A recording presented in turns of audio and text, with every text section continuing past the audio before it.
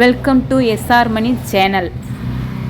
இப்போ நாங்கள் எங்கே வந்திருக்கோன்னு பார்த்துருக்கீங்கன்னா, மதுரை அழகர் கோயிலுக்கு வந்திருக்கிறோங்க. ரொம்ப நாளாக பசங்க லீவுக்கு எங்களை எங்கேயும் கூட்டிகிட்டு போங்கம்மான்னு சொன்னாங்க. சரி வாங்க போகலான்ட்டு இன்றைக்கி நாங்கள் அழகர் கோயில் வந்திருக்கிறோங்க.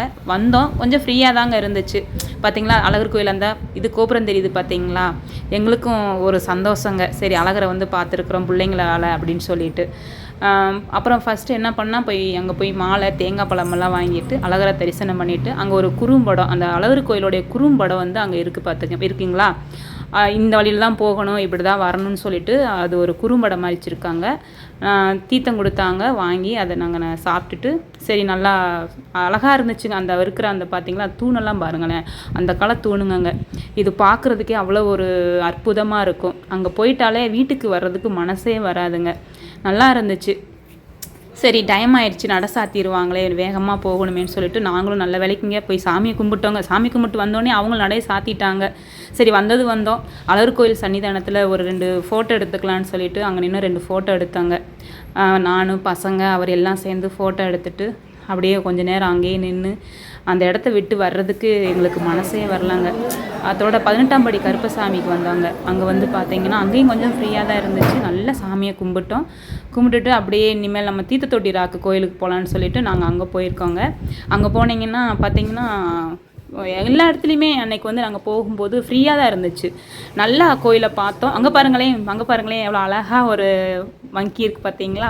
அங்கே போனாலே இந்த மங்கி தாங்க ஒரு ஸ்பெஷல். நல்ல ஒரு க்யூட்டாக அழகாக, மனுஷங்களை விட அது எவ்வளவு அறிவாக இருக்குன்னு தெரியுங்களா. என் பசங்களுக்கு அதுங்களோட விளையாடணும்னு ஒரு ஆசைங்க. ஆனாலும் ஒரு பக்கம் பயமாகவும் இருக்குது. என்ன பண்ணுறதுன்னு சொல்லிட்டு அந்த மங்கிகளுக்கு 2 பிஸ்கட்டை வாங்கி போட்டோம், சாப்பிட்டுச்சுங்க. சரி அப்படியே போகலான்னு சொல்லிட்டு பார்த்தீங்களா, நடந்து போய்கிட்டு இருக்கிறோமா. மேலே போட்டிருக்குங்களா, இதுதான் தீர்த்த தொட்டி ராக்குங்க, அந்த போர்டு போட்டிருக்குங்களா. சரி இப்போ ஃபஸ்ட்டு பார்த்தீங்கன்னா அந்த படியெல்லாம் வழுக்குங்க, இப்போ வழுக்கிறது இல்லை. சரி கோயிலையும் ஃப்ரீயாக இருந்துச்சு. நாங்களும் போய் தீர்த்த தொட்டி கோயிலில் அந்த அருவியில் போய் நீராடிட்டோம். ஹஸ்பண்டும் பசங்களும் குளிக்கலைங்க, நான் மட்டும் நல்லா குளித்தேன். எனக்கு அங்கே குளித்தா மனசு திருப்தியாக இருக்கும். சரி குளிச்சுட்டு வரும்போது பார்த்தீங்கன்னா அங்கே பாருங்கள் அழகாக எப்படி க்யூட்டாக அந்த குரங்கு வந்து பார்த்திங்கன்னா பொறி எவ்வளோ அழகாக சாப்பிடுது. குரங்குன்னு சொல்லக்கூடாது, அது ஒரு நம்மளை மாதிரி ஒரு விலங்கு, மனுஷங்களோட சேர்ந்ததான் மங்கி.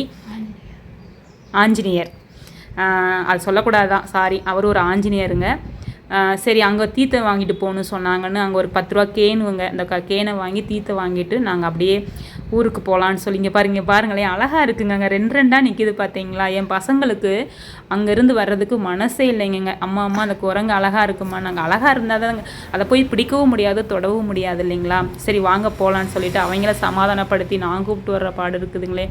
சரி வர்ற இடத்துல அங்கே பாருங்களேன். சரி நான் தான் அப்புறம் பசங்கக்கிட்ட சொல்லி ஒரு பிஸ்கட்டை வாங்கி போடுங்க தங்கம் அப்படி சொன்னோம். அந்த பிஸ்கட்டை வாங்கி ஒன்று பிச்சு கொடுக்கலான்னா அது முழுசாக கவிட்டு ஓடிடுச்சுங்க. அங்கே கவிட்டு போய் பார்த்திங்கன்னா சாப்பிடுது பாருங்கள். அங்கே போய் அதுக்கப்புறம் சரி நம்ம லேட் ஆயிடுச்சே, நம்ம ஊருக்கு போகணுமே